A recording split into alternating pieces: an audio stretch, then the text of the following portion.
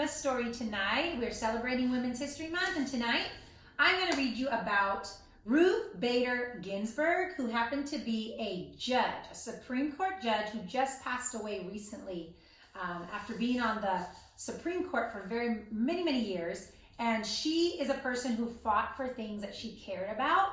And so we're really going to honor her today because women's history and celebrating women has a lot to do with her journey at that level and really helping support the lawmakers changing things so that we could do things like vote or buy a house. And those are some of the things that women couldn't do a long time ago. So we really thank people like this beautiful lady, Ruth Bader Ginsburg, because she did some things that really challenged what some of the laws were in America. So we celebrate her in Women's History Month, and I get to read to you about her. Hola comunidad de Greenfield, soy su Brenda Galván aquí con ustedes leyendo más historias de mujeres para elevar la mujer.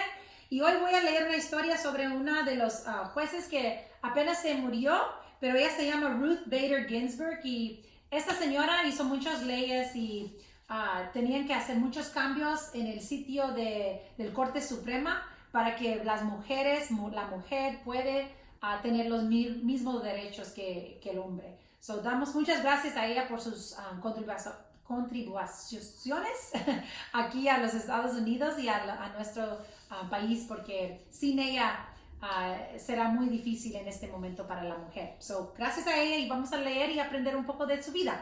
So let's go learn something about her. All right, here we go. This is written by Debbie Levy and it's illustrated by Elizabeth Badley. All right, here we go. You could say that Ruth Bader Ginsburg's life has been one disagreement after another. With creaky old ideas, with unfairness, with inequality, Ruth has disagreed, disapproved, and differed. She was disagreeable? No. She was determined? Yes. She has objected. She has resisted. She has dissented. This is how Ruth Bader Ginsburg changed her life and ours forever. In the 1940s, Little Ruth's neighborhood was vibrant with immigrants, people from Italy, from Ireland, England, Poland, and Germany. Jews from Russia, like Ruth's father, Nathan Bader. People from different countries with different holidays, foods, and traditions all came together in Brooklyn, New York. And in those families everywhere, one thing was the same. Boys were accepted to grow up and go out into the world and do big things. But girls were expected to find husbands and to stay home. Ruth's mother disagreed. Celia Amster Bader, though girls would also have the chance to make their mark on the world, she took Ruth to the library. On the shelves were stories of girls and women who did big, amazing things. Ruth read about Nancy Drew. She was a detective. She discovered Amelia Earhart, who was a daring aviator. She learned of Athena, goddess of the Greek myths. And here were independent girls and women taking charge. Sometimes Ruth and her parents took car trips out of the crowded city, and they drove past a hotel in Pennsylvania, and Ruth saw a sign, "No dogs or Jews allowed." This is how it was in those days. Hotels, restaurants, and entire neighborhoods announced that no Jews could come over there, no colored people, which meant people that weren't white. If you had a dark skin, you couldn't go there. No Mexicans. Well, I'm Mexican. I wouldn't have been able to go there. Whites only. No other people. So Ruth and her family were Jewish. And so there was prejudice against them, pure and simple.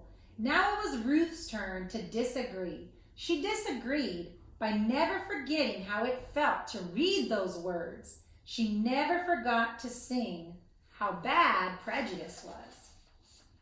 In chemistry school, Ruth was excellent in some of her classes and less excellent in other classes. Her favorite classes were English, history, and gym because she did really well in those classes. But then there was handwriting, and Ruth was left-handed. Back then, teachers did not like left-handed kids. They told them that they needed to switch and write with their right hand. Ruth's right-handed penmanship was so bad. She earned a D in penmanship, and she cried. Then she protested. Ruth protested by writing with her left hand from that day forward, and it turned out she had quite nice writing with her left hand.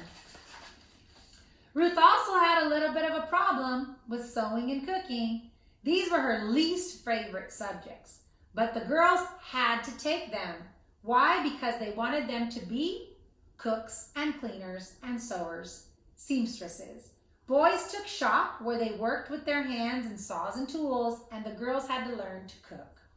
She wanted to take shop. She wanted to learn how to handle a saw and fix a car, but they didn't let her because she was a girl, and she said that was unfair.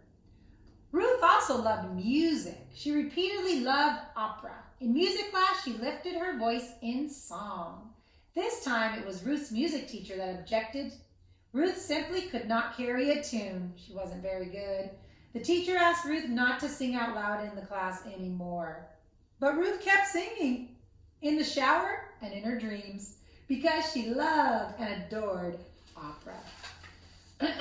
By the time Ruth was in high school, friends and teachers knew her as an outstanding student, a baton twirler, a cello player, and a newspaper editor.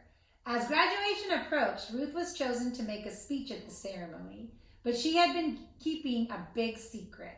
Her mother was terribly sick, and the day before graduation, Celia Bader, her mother, died. There was no agreeing with this. There was no disagreeing. This simply was. Ruth did not go to her graduation. She did not give her speech. Ruth knew what her mother wanted. These months later, she left home and was going to attend college because that was her mother's dream for her.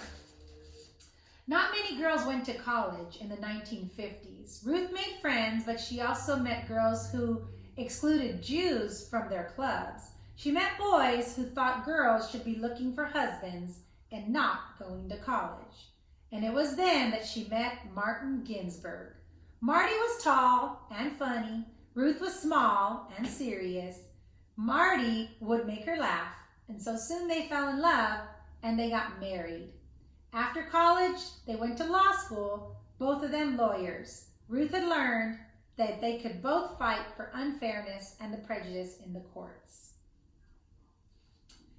When they got married, they went to law school and they had a baby named Jane. Ruth's law school class had a total of 9 women and 500 men.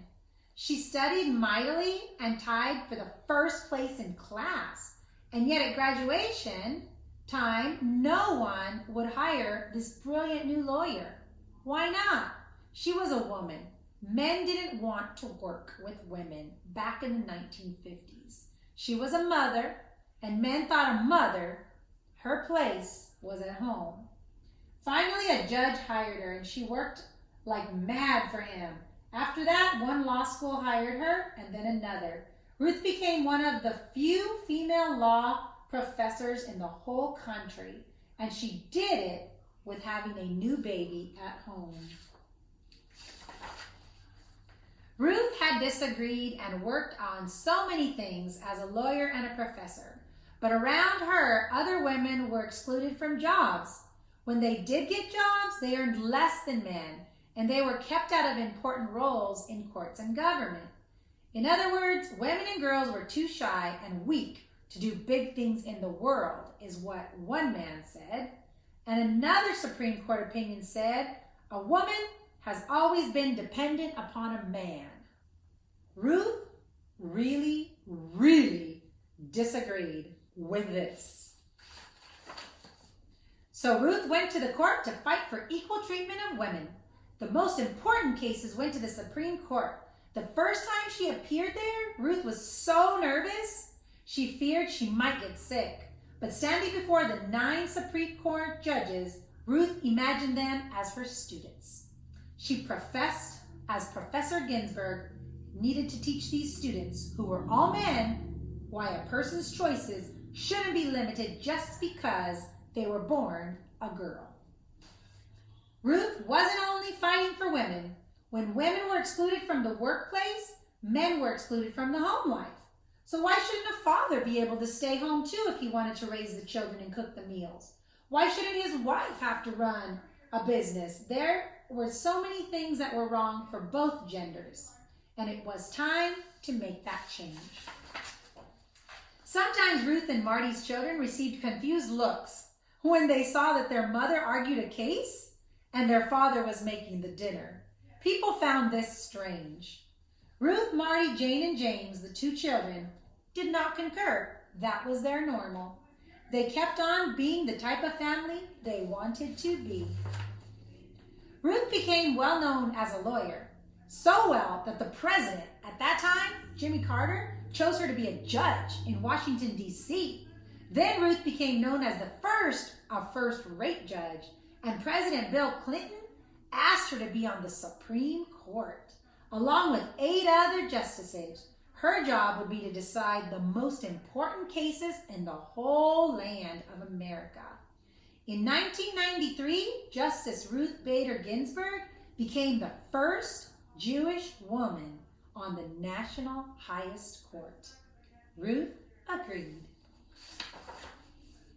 In each Supreme Court case she considered, after hearing from the lawyers who would argue both sides, the 9 justices would take a vote. The side that gets the most votes wins the case. The justices who agreed write an opinion to explain why they ruled that way. When Justice Ginsburg votes within the same side, she wears a special lace collar over her robe. But many times when the Supreme Court announces the decision, Justice Ginsburg disagrees. She says and she writes her own opinion explaining why. Plus, she wears a different collar just for dissenting. So when she disagreed, she would wear this necklace. And if she agreed, she would wear that necklace. I dissent. Justice Ginsburg said when the court wouldn't help women or African Americans or immigrants who wanted to be treated fairly. I dissent. That means I disagree. When the court rejected a law that meant to protect the rights of all citizens to vote, no matter what color their skin was, I dissent was what she said when the court said that no to schools that offered black students to be able to go to college. All of those she knew were wrong, so she challenged them. Justice Ginsburg has disagreed most often with the legal views of Justice Antonin Scalia, but they didn't just complain. I dissent. No, I dissent. So she would argue with him because he liked it the way it was. And these two justices, even though they fought in court, they had fun together. The two justices had fun with each other. They didn't let disagreements about law get in the way of their friendship. How about that, boys and girls? Even though they fought in court, they were still friends. Justice Ginsburg is now the oldest member of the Supreme Court prior to passing away. Some people have said she would not quit because of her old age. And Justice Ginsburg did differ. She kept working until the day she passed away. She worked harder than ever, and she exercised in the gym. She never missed a day of court, and she attended opera and gave speeches and loved to travel. Her voice may not carry a tune like singing, but it does sing for equality step by step. She has made a huge difference, one disagreement after another. And that's the end of this selection. So today we honor this judge who passed away recently, but her name is Ruth Bader Ginsburg, and she fought really hard for girls and women to have equal rights, and she did accomplish those dreams for all of us. So thank you for joining me tonight. I hope you get to learn more books this week with me, and you join me tomorrow night. I will send you a great big bear hug from our family to yours.